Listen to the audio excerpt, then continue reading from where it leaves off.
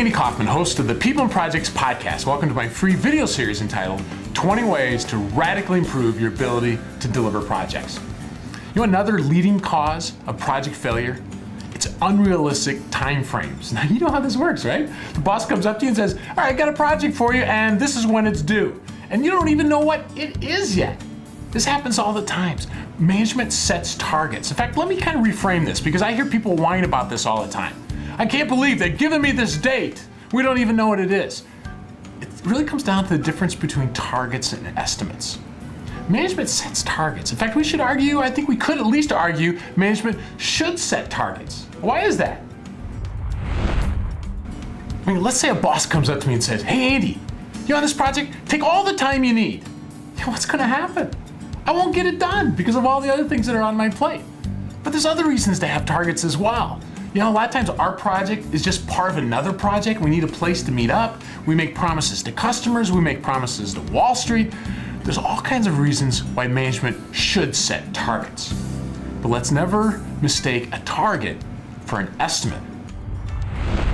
So I can illustrate this better in a story. There's a company out in California where the top level guy in the organization, when he assigned a project, said, you know what, we need to have this done by the end of first quarter the following year. This is July of the particular year, so 9-month project.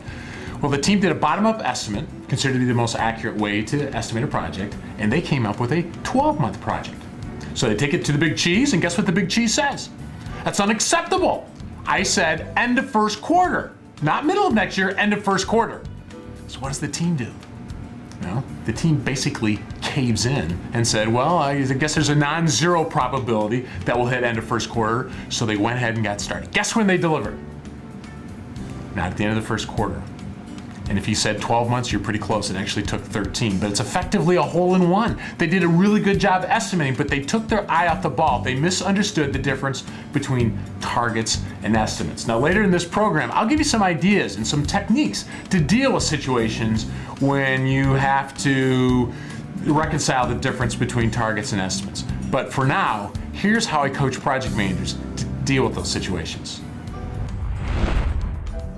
When you're given a target by the business, do everything you can to meet that constraint. You know, there's likely a good reason behind it. Secondly, don't whine about the targets. You know, management needs to set targets. The key for us is to use good project management practices to understand what needs to be done to meet those requirements. And third, if you're not able to come up with a reasonable plan to meet the targets, then it's time to negotiate. Now, later in the series, we'll talk about some influence strategies, but for now, let's be clear.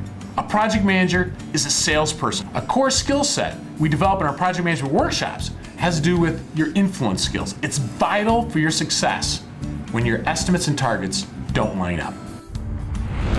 Remember the difference between targets and estimates. Develop your influence skills. Good project management practices can radically improve your ability to successfully deliver projects. Hey, take a minute to visit us online at freeprojectmanagementvideos.com. You'll get exclusive access to our free video series entitled 20 Ways to Radically Improve Your Ability to Deliver Projects. We'll see you there.